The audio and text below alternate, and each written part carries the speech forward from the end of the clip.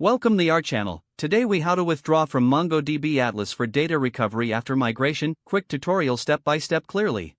To withdraw data from MongoDB Atlas for data recovery after a migration, begin by logging into your MongoDB Atlas account.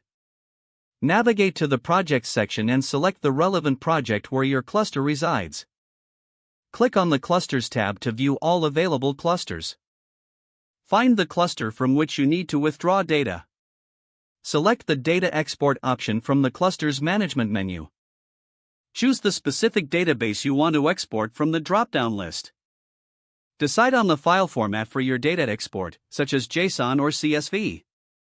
Configure any additional options available, like field selection or export limits. Once satisfied with your selections, click the Export button to initiate the process. Monitor the progress on the screen. Once completed, you will receive a notification. Upon completion, download the exported file directly to your computer. If necessary, decompress the file if it is in a compressed format. Verify the integrity and completeness of the data by opening the exported file. Now, you have successfully withdrawn your data from MongoDB Atlas for recovery. If the page does not load, refresh the browser or try again in a private or incognito window. Make sure you are using the correct email address, then retype it carefully to avoid small typos. If your password is not accepted, use the Reset option and create a new strong password you can remember.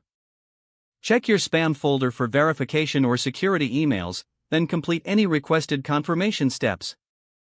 Enable two-factor authentication if available to improve account security and reduce unauthorized access risk. After signing in, review your profile details so your contact information and settings are accurate and current.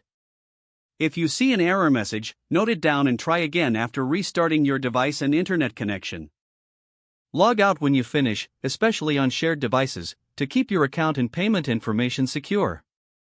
If the page does not load, refresh the browser or try again in a private or incognito window. Make sure you are using the correct email address, then retype it carefully to avoid small typos. If your password is not accepted, use the Reset option and create a new strong password you can remember.